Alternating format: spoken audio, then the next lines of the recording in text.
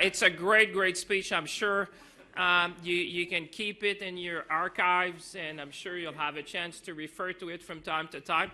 But let me speak first before I look at this speech. But no, this morning is special. Special for me, special for all of you, special because we are also at a very particular point of time in the world. I'm told by some at the TMX that I'm one of the first. You said the first. I don't know that. That might be headline if I say that. But I'm one of the first finance minister to do that with you, and it's a great honor, privilege. And I want to say thank you, Vince. Thanks for your great word. This is a team effort. We're all Team Canada. Trust me. As I just opened the FIFA, just last week, I said we're all Team Canada. Great to be here in Toronto, the heart of our financial system, and also a place where the world is looking. There's a lot of firsts in this city, a lot of firsts in this province, a lot of firsts in Canada. And, in the words of the executive director of the International Energy Agency, the world is redesigning the energy architecture. And it made me reflect this morning. I mean, this is the place where we have listed most of the mining companies in the world. This is the place where we have most of some of the largest oil and gas companies. This is the place where new technology, I was looking at Shopify, my friends and others. I was thinking this is the place where you have enabled success, where you have enabled Canadians to be part of this great project that we have built together. And you're the place where Canadians, oh my goodness, I hope you're okay. And Safina works with me, so she's the most important person. She does all the videos, so that's going to be on YouTube later on, sure. She does all the videos. As long as you're okay, we're okay. But I was saying this is the place where a lot of things have happened, and a lot will continue to happen. So I want to say thank you, John, for the introduction, because I'm mindful of the time. Someone told me don't go longer than what I'm supposed. I'm just going to look on my left, so 8 minutes. Okay. Thank you to Eli and the Canadian ETF Association, the invitation, and all of you for being, and celebrate Canada, celebrate who we are, celebrate what we've built as a nation. I'm not even in the speech yet. But there are so many things that come to mind when I see all of you. I say my first job is usually to raise the level of ambition in the nation.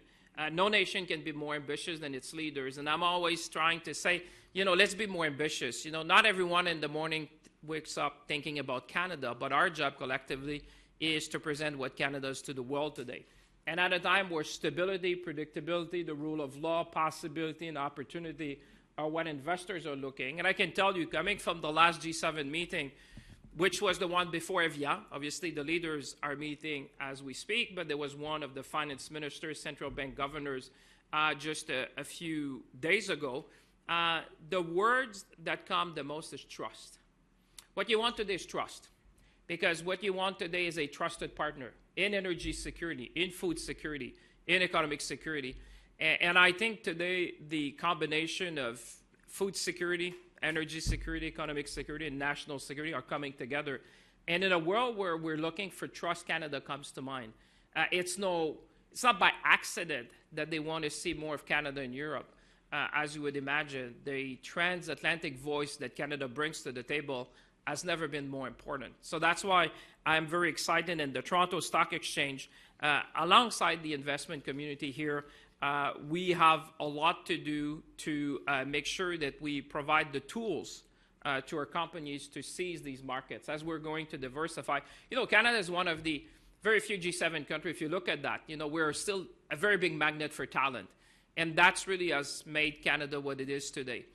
We're one of the very few countries in the G7 that knows how to build a car from end to finish, that can build a ship from end to finish, that can build a plane from end to finish. And I would really, at a time where people are looking at reshoring, reindustrialization, Canada has a very strong industrial base. And I come from that sector, so I'm very convinced that if you look at the history, recent history at least, since the Second World War, you need industrial capacity in order to meet the challenges. Obviously, the world is going digital. There's going to be a number of new things, but we're leading there as well. Third, I'd say we have the critical minerals, and I cannot be here not talking about that. A lot would say, critical minerals in the 21st century will be akin to oil in the 20th century.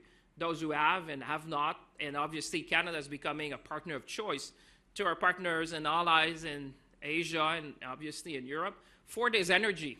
And Canada has been blessed, conventional energy, renewable energy, nuclear energy. Just think about that. In just a few days, we'll be looking at small modular reactor and what we've been able to do here, not too far, here in Darlington. And lastly, we're the only G7 country with a free trade agreement with all the other G7 nations. So you never heard me really talking about Canada's 40 million, a nation of 40 million, but one which gives you preferential market access to 1.5 billion consumers. So if you look at the world today, I've never been more confident about Canada. The economy is more resilient than most people had expected. We're growing twice as fast as our peers in Europe. If you look, twice as fast as Germany, twice as fast as Japan, 3 times more than Italy, just confirmed by the OECD. We have our own challenges, but when you look at the world today, I think Canada can be a lighthouse. And if I'm just looking at the time again, because 4 minutes, I'll go until 1. 2, okay, that's okay. You always have to negotiate when you're in Toronto somehow, so I even have to negotiate the time. But one thing I would say is that when you're looking at the opportunity in front of us, I am very, very confident that our country, you look at the metric, we have our own challenges, but I think in the words of Kristalina from the International Monetary Fund, she was talking about the fog of uncertainty which is wrapping around the world. And my comment was, well, Canada needs to be a lighthouse in that fog. We need to lead with our values. We need to lead with our projects. And the tone at the top has been decisive. I mean, some of you may have heard about a Davos speech. This was decisive. I gave an interview recently in the press in Europe, and I was saying I was there at that time. And certainly change, Prime Minister which has the courage to say loud what a few, I would say many, thought for themselves and was spoken in corridors, but really say it loud and clear to the world. And I think it has positioned Canada, whether you're going, I was with him in India, in the Middle East, in Australia, you went in Japan, I was in China as well. You can see that Canada now is very much seen as the place to be, the place to invest, and the place to conduct business. So I know ETF also has been increasingly important for Canada's financial ecosystem. Thank you very much, for your work. I agree with you. You bring instruments that allow ordinary Canadians to be part of that great journey, creating wealth, creating income security, and I'm grateful for what you've done. And I'm grateful also that you have been able to support Canadian companies at a time where definitely they're going to look for capital, because what we need now is speed and scale. Something that I think we have done that before. If you look at the history of Canada, we've been able to do things at speed and scale, but I would say now we need to double down as the world is looking for what Canada has to offer, and Canada is what the world needs. So that's why I'm so hopeful and convinced that we are on a path for growth. I just want to say, when you're looking at TMX and your story, I just want to say thank you. You've been a reference point, and I've always been proud to associate myself as a Canadian with the work you're doing. People are very proud of what you've been doing. People, when they look for excellence, when they look for innovation, you said first ETF were made here in Canada. So let's hope that there's 2 minutes. Vince is looking at me. I cannot overshoot on this one, so I'm afraid you'll have to read the speech that we're going to send you, because we only went to page 2 of 9. But with that, I just want to say, let's seize the moment, let's be ambitious, and let's build Canada strong together. Merci tout le monde.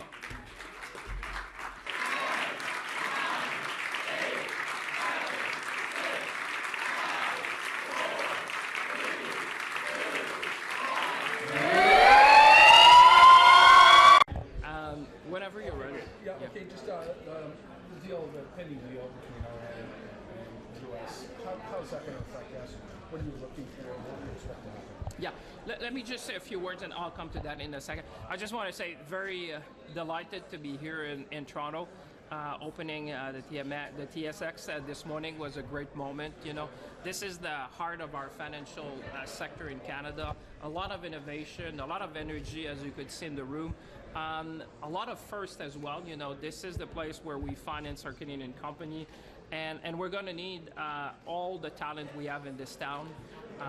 We want to do things at speed and scale not seen in generations. I can tell you, as the world is becoming more complex and volatile, people are looking for trust, and Canada is really the trusted partner. I always say there is a nexus between energy security, food security, economic security, and national security. And Canada embodies, ambition, opportunity, possibility, stability, predictability. And Prime Minister is in Evian today. We just had our G7 Finance Minister the week before. And I think it just shows how Canada is seen around the world. The stars are aligning for Canada. And I think it's good for Canadians to know our economy is resilient. We're going to invest, and we have all the talent needed to really bring, resiliency and prosperity to the country. Like I said, we're one of the few countries in the world who knows how to build a car from end to finish, build a plane from end to finish, and build a ship from end to finish. We have an abundance of critical minerals, which is going to be defining for the economy of the 21st century. We have an abundance of energy, both conventional, renewable, and also nuclear. And we're the only G7 country with a free trade agreement with all the other G7 nations. So that gives us preferential market access to 1.5 billion people. So that's why I'm very confident about the Canadian economy. I'm confident in Canadians and Canadian industry. And today was really to show my support to all those who work in the financial industry. I want to say a big thank you on behalf of Canadians. A lot is going to be asked from you to make sure that we serve Canadians, we serve industry, and we serve our workers. So, simplement en français, de vous dire, écoutez, c'est un plaisir d'être ici ce matin, évidemment, à la Bourse de Toronto pour l'ouverture. On dit que je suis l'un des premiers, sinon le premier ministre des Finances, à pouvoir ouvrir la Bourse de Toronto. C'est important. La Bourse de Toronto joue un rôle important au sein de l'économie canadienne pour appuyer nos entreprises, s'assurer qu'on ait des capitaux, s'assurer qu'on puisse financer la croissance. Vous savez, on veut faire des choses à une vitesse et à une échelle qu'on n'a pas vue depuis des générations. Donc, on va avoir besoin de tout le talent qu'on trouve ici et ailleurs sur les plaques financières canadiennes pour aider nos entreprises.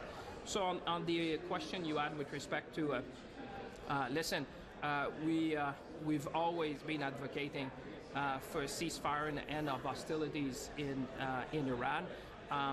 We have seen that what started as an energy crisis has really created a number of affordability issues around the world, particularly in G7 countries. So the sooner we can put an end to that and reopen the Strait of Hormuz, that would be a good thing. You've seen the challenges with respect to supply chain. We have seen issues around food security. We have seen issues with respect to supply chains for manufacturing key components that are needed for the economy of the 21st century. So certainly we'll look at the details, but it's whatever we can do to reopen the Strait of Hormuz would be a good thing for the world economy. Friday's a long ways away in the political timeline. How confident are you that Friday will see the sign off? Listen, one thing I've learned after more than a decade is I don't have a crystal ball, is always to look at things with optimism, but also prudence. We have seen a number of changing elements with respect to that. Like I said, 2026 is looking to be complex and volatile. We have seen a lot of volatility when it comes to energy prices. So we'll see, but certainly, like I said, anything that can be done to reopen the Strait of Hormuz will be good news to bring back stability to the world economy.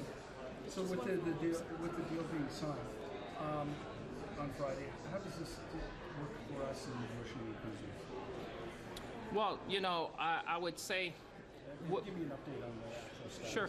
No, but the thing I would say with respect to what I would say industries, workers, Canadian businesses want is more stability, and we've seen a lot of volatility with respect to energy prices, to also when it comes to the tariff situation. So I would say we're going to continue to do the work that we do, very important, to fight for workers in our industry. But I often say, what is certainty in the current context is to focus on what you can control.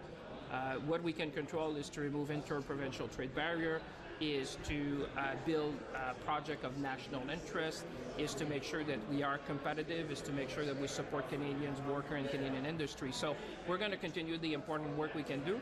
And as the Prime Minister said, we take the world as it is, and we focus on what we can control, and adding the voice of Canada to the very important issues that you see around the world. Merci. I just need to go. Minister, welcome to the Toronto Stock Exchange. Thank you. And thank you for joining SEPFA. You and I were chatting in the room in the back there. So let me confirm that you are, in fact, and I have it on good authority from the Toronto Stock Exchange, that you are the first finance minister to actually open the markets in Canada's history. Wow. So, this is like...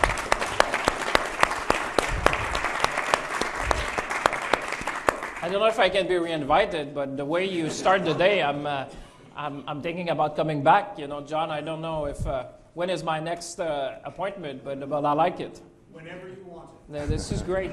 It's great. How about this? How about this? We'll happily credit your opening remarks if at the end of the day the markets go up. If they don't, we'll blame it on some global macroeconomic conditions. Friends, today's discussion is about Canada's economic future and how Canadians build wealth. As an ETF association, we're naturally biased, but we firmly believe that helping Canadians save and invest is one of the few topics that can unite Bay Street, Main Street, and Parliament Hill. So with that, Minister, let's get into it. Minister, Canada is fortunate to have trillions of dollars in household savings. How does the government view the role of Canadian savings in advancing broader national objectives such as economic growth, productivity, innovation, and retirement security? Sure, and let me start by thanking all of you for showing up this morning. I mean, it was just a great way to not only to start the day, but I think to inspire Canadians. You know, I said it a bit in my remarks, how we should approach that and how proud I am to see where we are and where we're going as a nation, you know. And I think, you know, the tone at the top has mattered a lot. I was referring, even when I was talking to the media, in fact, the Prime Minister is in the G7 at Evian, and in a way, having shaped the global agenda. We just had our G7 finance ministers meeting and central bank governors.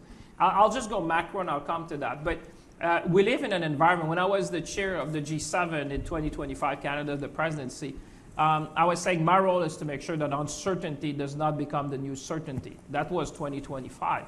I think what 2026 is bringing is complexity and volatility. You know, I was asked, what do you see about the deal with Iran and all that? I said, listen, I don't have a crystal ball, but anything that can reopen the Strait of Hormuz will be a good thing. Now, there's no immediate answers to all that, because you would have seen that the impact will be long felt depending on the state of assets. And also, my concern at the G7 was always the secondary impacts. You know, we've seen ILIA with respect to semiconductor.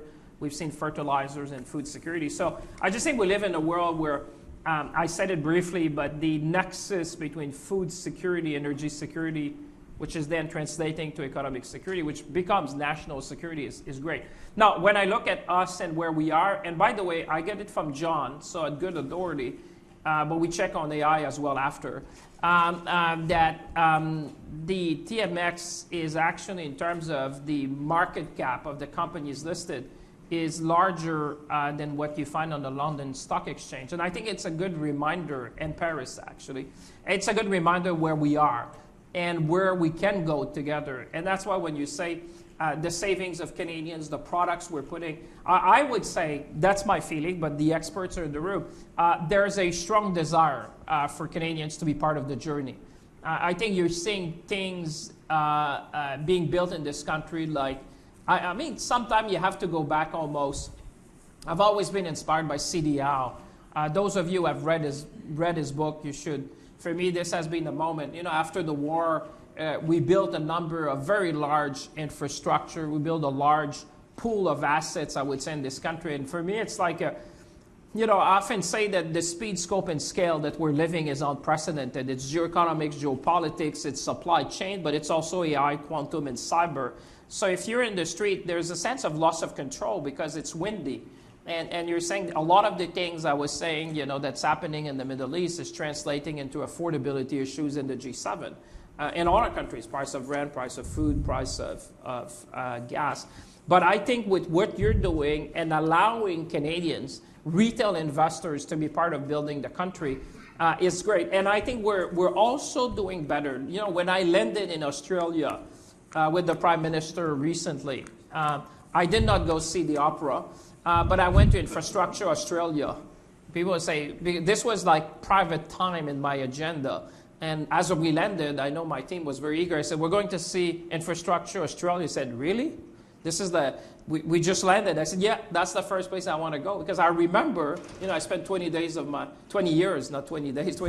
life in Europe. And at the same time, at least when we're in London, the Prime Minister and I.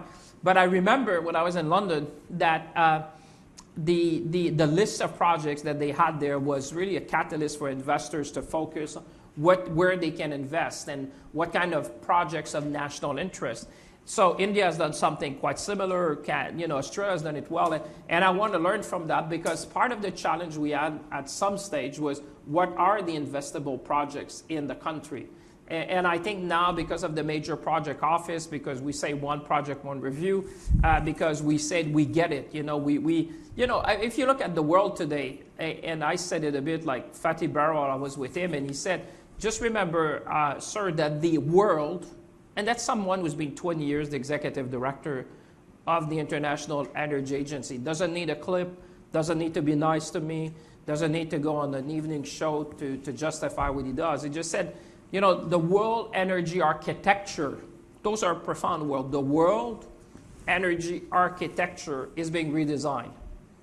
And Canada has every chance to be a winner in that.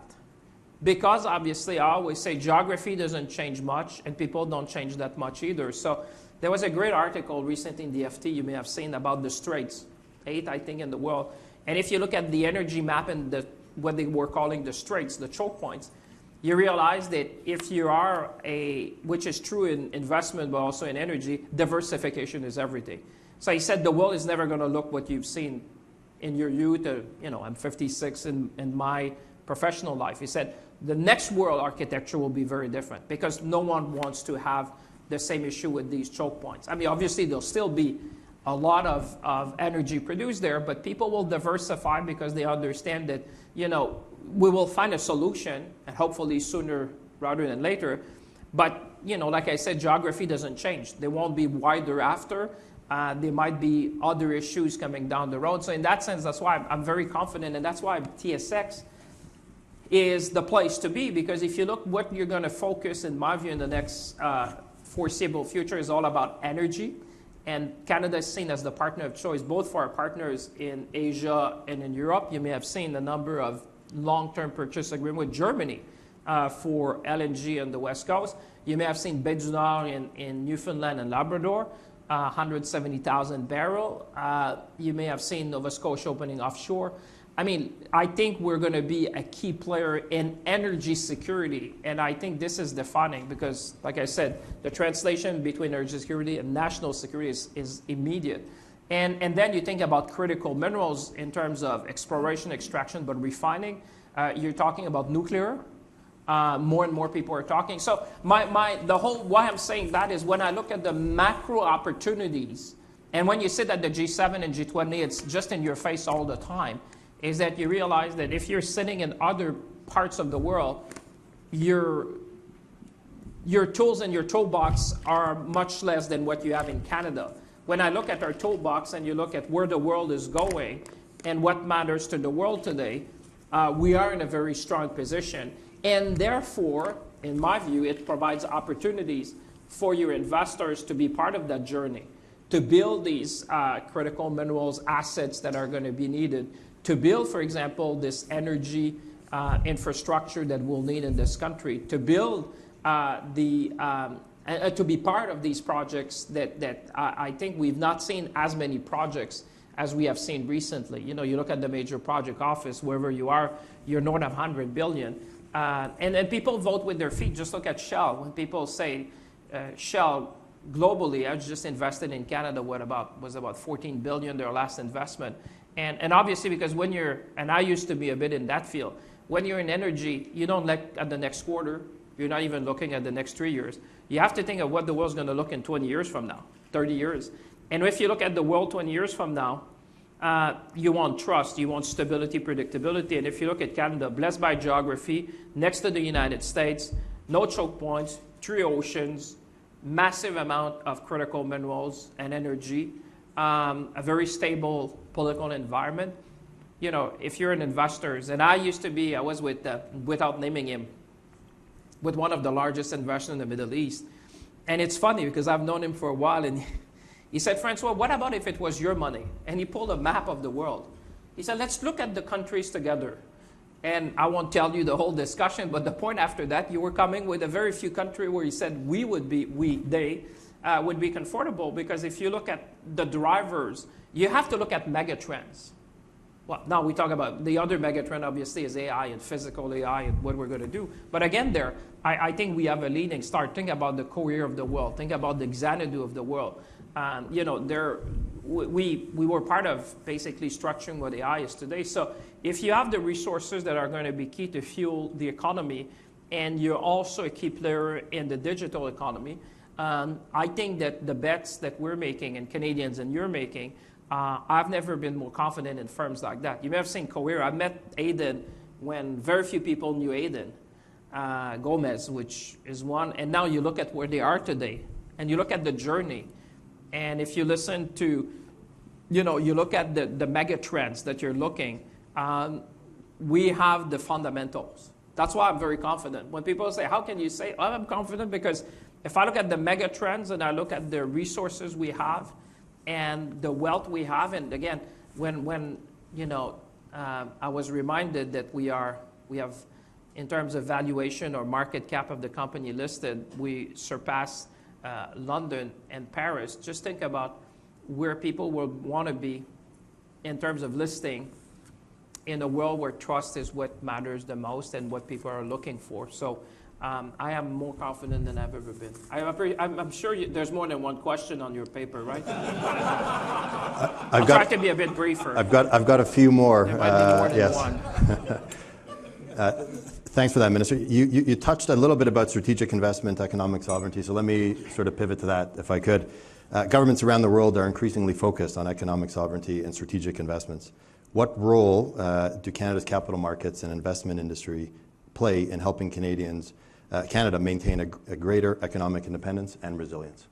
Well, I would say fundamental. You provide liquidity, you provide opportunity. I see, obviously, the C of TMX. And I think, to be honest, and I'm very pleased by what I saw this morning, but we need to bring that kind of energy across the country. I know that, I think Ben Mulroney is still in the room. We need to do something of talking about what's happening here. And I think you're doing a great job already. But I think we should find a way to really, you know, bring more of what we do here to the rest of Canada. You know, that people realize the strength and depth of the talent we have here, but also the pool of capital that can be deployed, and the fundamental role that you're playing in the Canadian economy. I just wish what we did this morning, I was really reflecting, because we were, you know, I mean, it's a larger group than I typically start my Monday morning, but still, I wish that every Canadian could turn to their TV and watch that and say, and see what we're doing, see what you're doing. And we need to find a way maybe to engage in I don't know, we have to think what's the best way, but I would want to engage the small and medium-sized businesses. You know, I come from rural Canada. I'm not sure that every small business that I meet, entrepreneur, innovators, Denis is there, would typically think about listing as the way to really find capital and grow, and maybe we need to find a way to, and it's as much as the person in the mirror to say, how can we make that as easy as possible, as seamless and accessible, so that people see themselves in saying, you know, we need to go at speed and scale, not speed and generation. I mean, you see the AI world in a way. I mean, I often think, you know, it's interesting as human beings because we're good at thinking in a linear fashion, but we're not really well wired to think exponentially. And I'm always reminded, I'm 56, and if someone would have told me at 20, by the way, I went to law school without a computer. So just to give folks, so obviously there was no cell phone. and I see my daughter spending a day on a screen with a friend with FaceTime, let's say in Europe, and it costs basically zero, you would have asked me that 30 years ago. Remember, we didn't have even computers. And you'd say 30 years from now, your siblings will be on like a phone that they could talk and see someone at the other end of the world, and that would cost, apart from the equipment, it's a marginal cost. I'd have said, I don't think that's going to happen, or that there will be more computing power in my iPhone than when we did the Apollo mission. I would have said, not likely, And I'm always trying to challenge myself and ourselves to think, especially now with the speed of technology, that you need to think more exponentially than we are normally thinking. We're pretty good as human beings to think 3-5 years ahead, but just think 20 years ahead. It's a very challenging thing because we're just not used to imagine a reality that we've not seen. But again, I look at ChatGPT, I'm always saying, if you add a poll and you ask, what is ChatGPT to people just 3 years ago? Would 1% of the population would have known what ChatGPT is? I mean, Zoom. Remember COVID? Zoom? I mean, Zoom came and everyone was talking. Who knew about Zoom before? I mean, apart if you were So I'm always thinking, here, and with you, John, we need to think about innovation. Where's the puck going? To think and how, and in a world which is going exponentially, we're kind of the world of, especially in technology, the rest is obviously probably more linear, but when it comes to technology, I was reading, like you, over, I think, the weekend, physical AI, and trying to project myself in, not in that world, but just to try to understand what are the great Canadian companies, and I think you're the best to find them, help them, grow them. We need 1,000 Shopifys in this country, and we have the great people. We do great fundamental research, we do great applied research, but we just have less been focused on commercialization and scale. What you need is scale today, just not focusing on how we had structured the economy before, but in the next one, I think your role will be more important than ever. And I'm just saying that to be pleasant, but I really think that both on the fundamentals and the, I would say, hardwired economy, and then in the digital economy, we have skills and strength in both. So I think we're on the crisp of something which is going to be transformational. Thanks for that. Minister, I can tell you that a number of the folks here at CEDFA have been meeting with parliamentarians a lot over the last year, and this issue of small and medium enterprises and how to support them has come up a number of times. And I can tell you that we've been thinking a lot about it, and we'll continue to think about it in the coming months. And when we go back to Ottawa to talk to more parliamentarians, we'll have some ideas. And you have a great ambassador with Vince. I mean, Vince Gasparo obviously he's one of yours in many ways, and now he's serving in Parliament. And I think you have a great ambassador too. And I hope this is just the beginning of what we're doing, because I need you more than you need me, probably, in terms of charting the way forward. I mean, we have some ideas, and I'm always looking at best practices and G7, G20, OECD, but there must be a lot of things that you see on your daily. I always ask that from the CEOs of the bank, from the insurance company. I'm going to meet the Maple 8 today, same thing. I'm always kind of asking, and I'll give you an example. I know it was not a question, but I'll answer it anyway.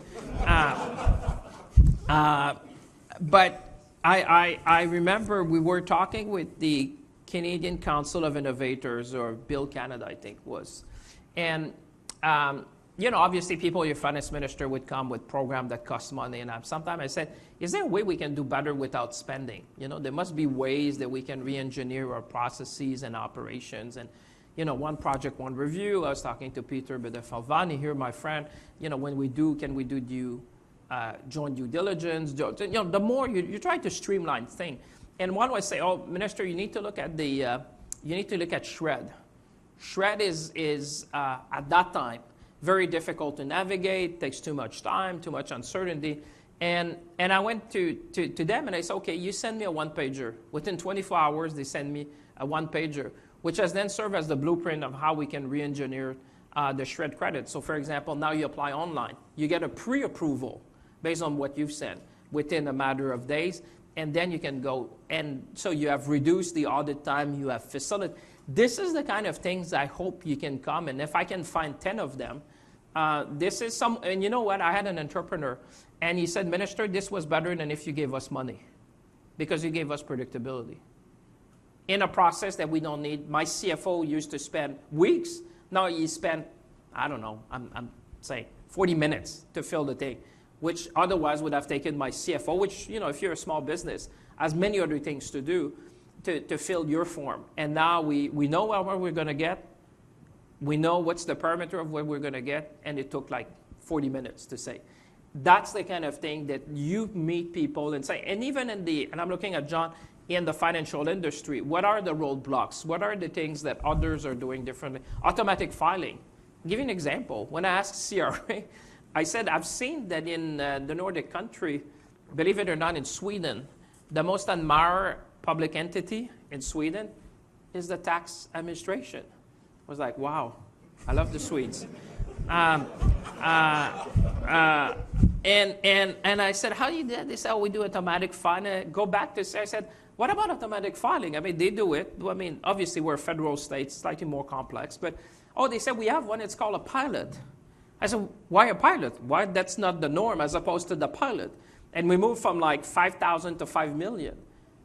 And we want to, so it's kind of these things where if you spend less time on this, you spend more time on other things which are more productive. So I just want to leave you with that kind of impression that I'm a taker of your ideas and your vision, because don't assume that if it doesn't work, it's because we know it and we choose not to act. I often say to people, don't assume I know, but I can tell you when I know, I usually act to make sure. Obviously, there's things people would ask me, yeah, you could do a number of things. There's a fiscal cost to that. But I would say when I find inefficiencies, I mean, we found $60 billion. I'm an old fox, obviously, to help that I did 5 departments. But we found $60 billion in terms of savings within a record amount of time. Very serious, very diligent, very focused. But focus, diligence, and purpose has allowed that to do that. So I just want to leave you with that impression. If there's only one thing today, hope you're going to re-invite me, Eli, to share with you, or you share with me, what you see that could be improved that don't necessarily cost money. Obviously, there's things that you need to do. Denis has been mayor, he knows that. But there's other things you could do. You've done it when you were mayor, that you can just change and you make, you know, people's life more easy, and then they focus on other more value-added tasks. That's what I'm always asking. What can I make people focus on more value-added tasks? And obviously with AI and technology now, technology is our friend. There's a lot of things that we can do differently than we used to.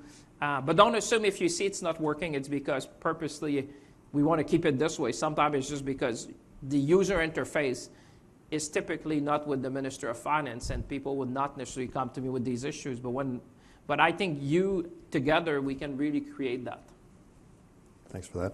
I want to go back to something that Graham said, if I could, because I told you he did steal a little bit of my thunder. But he alluded to the fact that Canadians are increasingly investing in U.S. listed products. Right now, that amount is about $300 billion held outside of our ecosystem. What concerns, if any, does the government have about the long-term implications of Canadian savings increasingly flowing outside of our domestic capital markets? Well, we're an open economy, so obviously, you know, people will allocate the capital in the way that they see fit. But if you ask me, I think it's for us to create more opportunities here. I think Canadians would invest more. I'm meeting the Maple Leaf, and I can tell you, I'm often asked the question, would you need to do more? Well, I said, listen, if you see all these international, the supers in Australia, the pension funds, the sovereign funds around the world, they're all looking at Canada. They all want to invest more in Canada. So I think for us is how can we create more opportunities? And if you find, if there are opportunities, I believe that Canadian wants to be part of that. Look at the Canada Strong Fund. I mean, to be honest, the Prime Minister and I, when we sat down, you could have decided to do that in a more traditional way. But we were both keen to say, how can you make sure that Canadians see themselves in what we're going to be building? You know, that retail investors would have a small piece and say, well, I own this, or I'm part of that.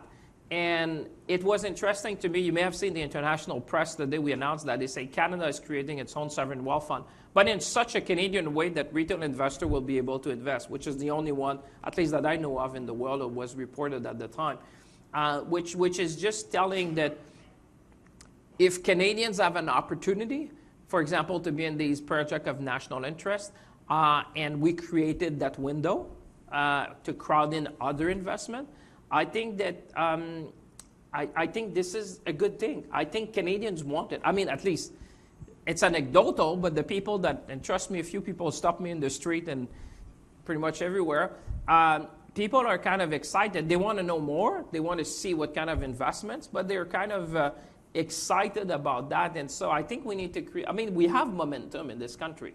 And a lot of things we're talking about, and you're obviously the retail, in a sense, you can bring it to people. But I think if they have a choice, they would allocate more capital to Canada. But we need to create the opportunities. That's why doubling our electricity grid is important. That's why having these, creating new logistic hubs, upgrading our infrastructure. And by the way, we need to think, in my view, we need to modernize the way we think about infrastructure in this country.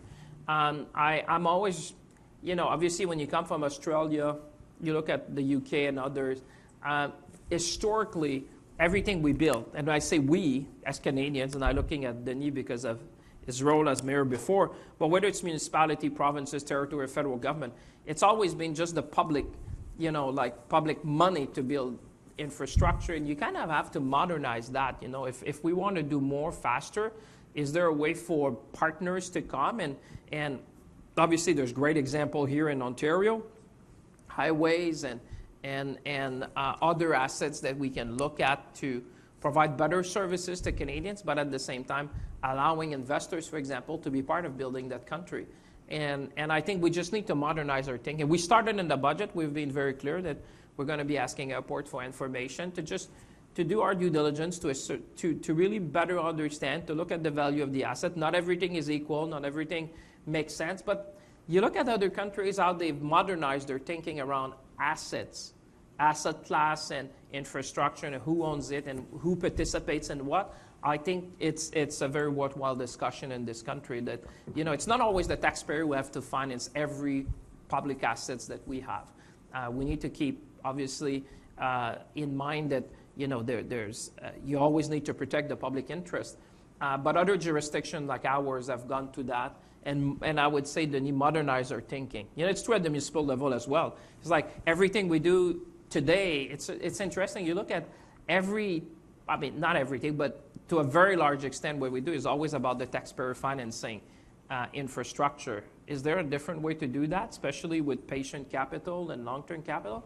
I certainly believe so. And other jurisdictions which share the same values than us, they're as attached as we are to their public infrastructure. I've kind of looked at that differently. And so I think it's a big opportunity to go back to, I think if you wanted to have more capital stay, we need to create the opportunities for people to invest. And therefore, I'm very confident that provided a choice, they will put more assets here in Canada. Minister, if it's okay, I'd like to unpack this notion of opportunities a bit. Everyone here in the room, including the association, everyone sitting in front of us, argue that Canadian listed investment products compete on an uneven playing field versus foreign alternatives. Graham alluded to it in his opening remarks. So I'm just wondering if you can speak to some of the differences in taxation, regulation, and market structure, and how important it is for Canada to ensure a fair and competitive environment for domestic investment products. Listen, I'm always looking at how we can streamline. I'm always saying we're not kind of an island in the Pacific. We operate next to the largest economy in the world. We always have, and you've seen me in other portfolio, always mindful of that. We've started to take a number of things. If you look at the investment tax credits we have put, I'll put it to you. I mean, those who are more the CFOs in the room, but if you look at our meter, our marginal effective tax rate today for new investment in Canada is the lowest in the G7. So that's already a good starting place, 3% lower than the United States after the one big beautiful bill. So that's already a good place to start. When I say that, I said that to a number of global CEOs. They were like, okay. But that's also us bringing our story to the world. You say, well, if you look at the meter, and I went with CFOs of global corporation, not their Canadian CFO, their global CFO, and you'd be surprised when you talk to people who compare with other balance sheet of their affiliates around the world, how they feel. Sometimes I think as Canadians, we take a lot for granted, but when you sit with global CEOs and global CFOs, and you go to the meter, and I did it, so I did it myself. And I said, okay, pick a country where you operate. And I'll pick Canada. Let's go. Let's start the numbers. I'm like, okay, I didn't know that. And so I think we have a bit of work to do because obviously some of the decision of investment capital allocation are made in Canada. Sometimes, people would have headquarters in different jurisdictions, and you need to help them go to the numbers to bring them there. We put it in the budget, but we need to obviously, explain that to a number of investors. But we've done it. My chief is there. We've done it a number of times, and you should see the face. And I always take the global CFO because they have to compare that with others. I say, pick me. You pick your jurisdiction. I'm fine. You go. As long as you're in the G7, obviously, it might be other jurisdiction, but in the G7, I said, I'm happy to run the numbers with you.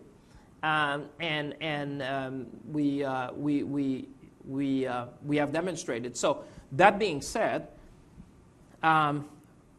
immediate expensing, including R&D, AI, capital investment, buildings. Listen, I want to create the most competitive environment for private investment. That's why productivity and innovation is top of mind. By the way, I'll give you another example. If you look, the mother of all infrastructure plan in the G7, the mother of all it, this is the mothership, used to be Germany. 500 billion, 12 years. Just go, if you Google after Germany, always talk. Look at the Canadian one. When I said 2025 was generational, ours is $450 billion cash on a 5-year basis. So if you adjust for currency, ours is the largest in the G7. And if you look at what we're investing, housing, infrastructure, productivity and innovation, and defense. Exactly, if you mirror I know because I did the budget and I look at the German plan because everyone talk about the German plan. And I went to the IMF and Christine said, exactly, if you invest in these things, you'll see growth. Because those are growth enhancing. She reminded, imagine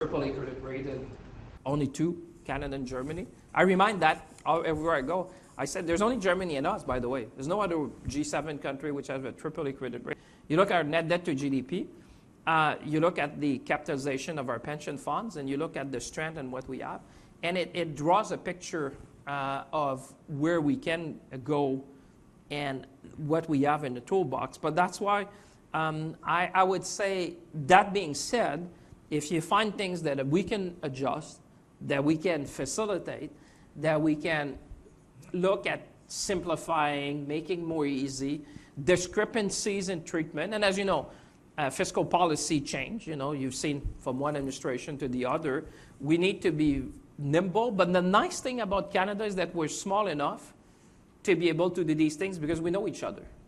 And the system is flexible enough to adjust that, I would say, to be nimble. So my call to you is to let me know what you see that we could do better and that we can adjust to remain the most competitive jurisdiction, because I think we've talked a lot about the big projects, which is great, but the strength of our economy has always been our small and medium-sized businesses across many sectors.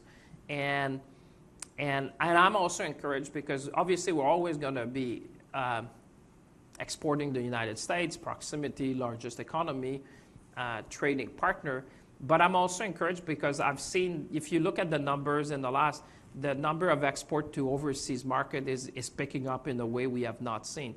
Because I always say it's something for government to sign agreements, but clearly it is for the entrepreneurs to seize these opportunities. And we're seeing now a pickup which is interesting because, you know, diversification, it's true in investment, it's true when it comes to trade.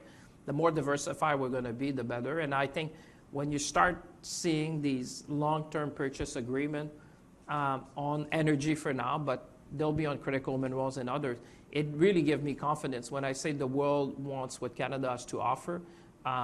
At the time where you see the geopolitics being what it is, I think, you know, it's Canada's moment in many, many ways. And I think that's what you see playing on the international scene, which will provide opportunities for Canadians as well. Minister, I'd like to ask one more question, and then I'll open it up to a little Q&A from the audience. But before I do that, as part of the association's pre-budget submission that we made last year and the one that we submitted a couple weeks ago, SETFA has proposed the Maple Investment Tax-Free Savings Account, which would provide additional incentives for Canadians to invest in Canadian-listed securities.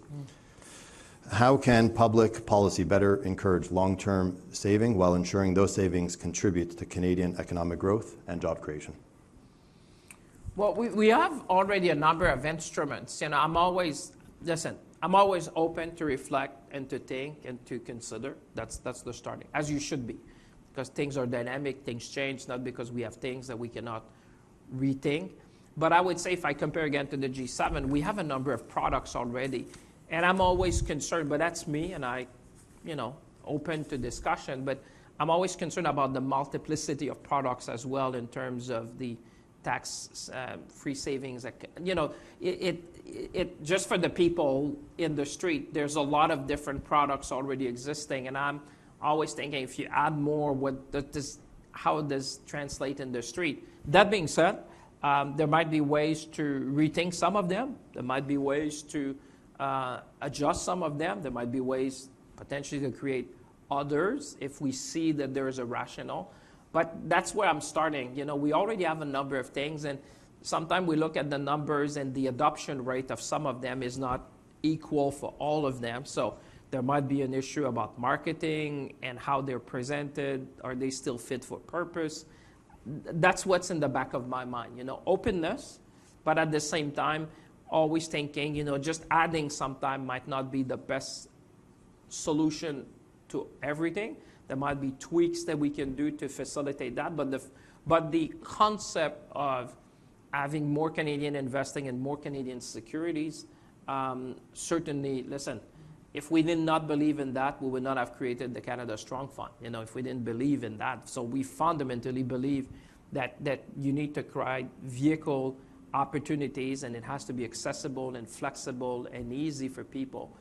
Because I think Canadians, and by the way, I was looking also at the metrics in the G7, we're one of those, I mean, put it the other way, there's a number of countries, without naming them, because that's not the point, but where you've seen people are invested in their portfolio, if you want, net assets, far less than us in securities. And I think they've not been capturing a lot of the growth you've seen over the last decades.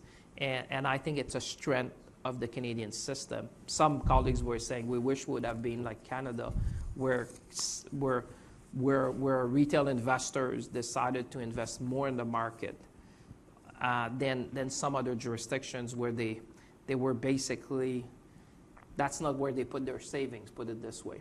And I think if you compare us to others, we've been in a better place. Now, how do we keep that position? How we increase that position is certainly something we can engage. Thanks for that. All right. So as I mentioned, do we have a microphone, or should we just, yeah? And I'm mindful of time, you know, so I'll have shorter answers, I promise. Depending. You've been generous of time, and I know the market is open, and I'm saying things are looking good, so I'm sure there's people who want to go back to their trading desk. All right, so we have a question up here at the front. I don't know if Alex necessarily needs a microphone, but maybe we'll start with you, Alex. We're still in the green everywhere. So. Thank you very much. Minister, thank you for your very kind remarks. You talked at length about some national champions. You talked about Cohere, and you talked about our Maple 8 pensions. This audience is substantially in the asset management industry and some of their service providers and the dealers, et cetera. How do you feel about public policy as it related to supporting the asset management industry specifically as a part of the fabric that will make Canada great? Or, sorry, make it even greater. No, listen, I am open to what you may suggest. Put it this way, I would invite you, and I don't want to create more work because you already have work, but to Eli and others, if you want, put it this way, there's always like the budget submission, which sometimes are more lengthy. I sometimes encourage people to come with like a one-pager. What are the top 3 things that you have in mind that would make the biggest impact? It's all about impact and outcome. Now, there's a number of things that, we always do in budgets. You may see at the end the annexes. We amend things. We try to make the machinery as, updated and as simple. But I like to focus. I think focus, I'm always focus, prioritize, execute, extreme ownership. If you add that and you say, ministers, SHRED is the best example of all. So many people had come to talk to me about SHRED. And when I asked the question, I said, okay, if you had a white piece of paper, and I asked that to entrepreneurs, not me, because, with respect, if I asked the department, it probably would have said, well, it's working fine, sir. But I said, we even had a survey that said it was like 80% of the people were very happy. I said, well, I must be just meeting the 20% at the airport, because those who come to me, they must all be in the 20% because they have a fairly different view of that. But, so, but we acted.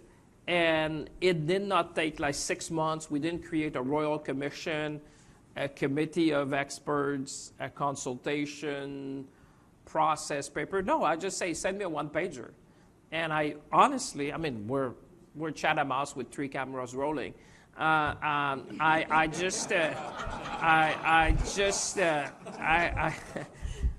took that piece of paper, honest to God, and I said to the department and Sarah, I said, okay, look at it. Obviously, you need to vet for governance but I said the purpose is to make it better. So don't come to me and say ours is better. Just this is people who and actually, I asked that from a company who has a market cap, which is fairly relevant in terms of simplifying processes. So I said, they must know 1 or 2 things. Because, the market cap tells that that's their core business. People pay for their service to simplify. They must know 1 or 2 things. And we implement that with very few modifications. So I'm just saying that because that's outcome. That's action. That's deliverable. And to be honest, if you ask, I'm sure there's people who say we can still do better, but those that have been, let's say the 80% maybe now that are talking to me, when I meet them, they're saying, you changed it in a, so I would say, let's focus and prioritize. What are the 2-3 things you would see that and sometimes that are also within the realm of what I can do. Some people would say, well, you could revamp the entire tax code. Sure. Yes. But we've been trying to look at targeted measures to make it. But, there's the long term, the midterm, the short term. And your priorities may be along this side where I can do things. But I think now is the moment. And obviously there'll be, we can even start the budget consultation early this year so that we get your views. And I wish we can, every cycle, if we can improve every time in a continuous improvement approach, I think this is at least my thinking or my approach to that. Awesome. Thanks for that. Prerna? Minister, thank you so much for your comments this morning. The government's been working quite a bit on reducing the interprovincial barriers across a number of different industries. I'm curious on your thoughts as it relates to financial services, because that's still the big elephant in the room. We have one of our chief regulators in the room today, but we do have to converse with 10 regulators in the provinces and 3 territories that have come together in some form in a cohesive manner. But regardless, the amount of just friction there is in terms of how much we have to file and what that looks like across multiple jurisdictions. Is there openness from the government to revisit? This is not a new topic, but is there openness to revisiting the interprovincial barriers as it relates to our regulators? Well, I appreciate your question. And, I was interesting in one of the questions of the media was, I was reflecting often, what is certainty in the current environment? I'm just taking macro and I'll come to your question. And I said certainty today is to focus on what you can control. because there's a lot of things we don't control, like in the world events and all that. People are asking me about the recent events. I said, listen, certainty is to focus on what you can control, because that's what, one of them is interprovincial trade barrier. You may have seen the IMF recently said we would gain, what, 210 billion of GDP. You know, my question always is, I don't think we can afford that. So therefore, the work has started. It's work in progress, but we need to do more and faster.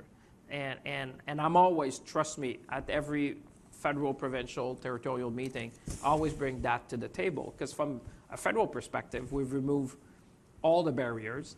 But now we need our colleagues of the province. And I'm always trying to say it's in everyone's best interest, you know, to do that, because we can't really afford, you know, when you have growth and the world was in a different place, I think, you know, some have accepted some inefficiencies in the system. Now is the time to make sure the system is the most efficient as possible. Now, coming back to your question, in the financial industry, I've talked to my provincial colleagues to really continue the work on that. I'm all for it. You remember the Draghi report in Europe, which talks about also the situation they have in Europe, and obviously for us with provincial jurisdiction. I think whilst respecting jurisdiction, there's a way to coordinate and to cooperate and to facilitate, in the sense that I think what you're aiming, and we did that in many ways. Every time we can step in to have a national standard, we have been doing it within the framework that we have in our country. But I think what you're looking is national standards, so that the rules of the games are clear. And I've been pushing, and I think with you as an industry, we should continue to do that. I mean, obviously Ontario has a big role to play just because of the nature of the financial industry, and I think Peter has been doing a great job. But we need to have more of you know, mutual recognition, reciprocity, so that once, that's me, and this is the word that's being used a lot these days when you talk about trade diversification. People talk about reciprocity, because that facilitate, you know, and so I would be, if you see that there are quick fixes that we can look at, I'm more than happy to bring them to the table with colleagues. Trust me, I'm always pushing for more, because we've done our homework. There's more to do. When I say we, at the federal level, we've done as much as we could, because you wanted to come at the table with a clean slate. But there's more to be done. And I know this is one of those things that could be more fluid and more efficient for you. And at the end, those who win are Canadians. You know, it's not like just an industry ask. It's how can we make it as fluid for Canadians as possible. So really much on the same page. All right, I think we have time for one more question. Sitting in the front row has its benefits. Rowett, over to Dave. Thank you so much, Minister, for your comments today. You talked about innovation and thinking ahead. And when we think about ETFs being started here in Canada, 36 years ago,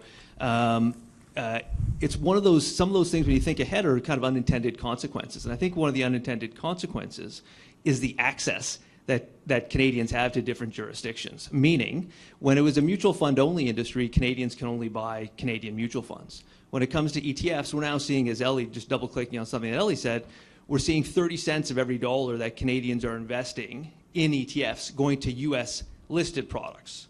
So whether a Canadian invests in a Canadian ETF that's investing for foreign exposure, they're now going to foreign listed ETFs for foreign exposure, which leaves our ecosystem.